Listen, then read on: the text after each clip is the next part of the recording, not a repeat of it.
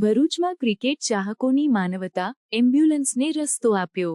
Champions trophy 2025માં ભારતે પાકિસ્તાનને 6 વિકેટે હરાવીને મહત્વપૂર્ણ જીત મેળવી હતી। ભારતીય ટીમે 242 રનોના લક્ષ્યને 42.3 ઓવરમાં હાંસલ કર્યું, જેમાં વિરાટ કોહલીએ 100 રનોની શાનદાર ઇનિંગ્સ રમીને ટીમને જીત તરફ દોરી। આ જીત સાથે ભારતે સેમી નિર્ણયના સ્થાન મેળવવાની સંભાવનાઓ મજબૂત કરી છે।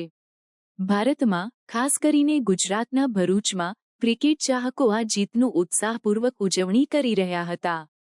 ઉત્સાહ અને ઉત્સવના માહોલ વચ્ચે ચાહકોએ માનવતા અને સામાજિક જવાબદારીનું ઉદાહરણ પૂરું પાડ્યું।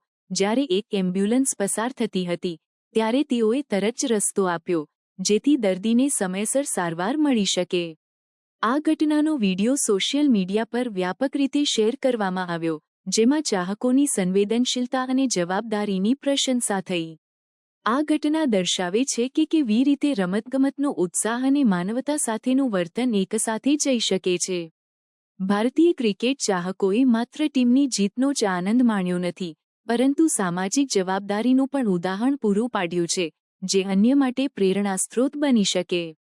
આવી ઘટનાઓ આપણા સમાજમાં સંવેદનશીલતા અને એકતા વધારવામાં મદદરૂપ થાય છે અને દર્શાવે છે કે કેવી રીતે રમતગમત અને માનવતા સાથે મળીને સકારાત્મક બદલાવ લાવી શકે છે।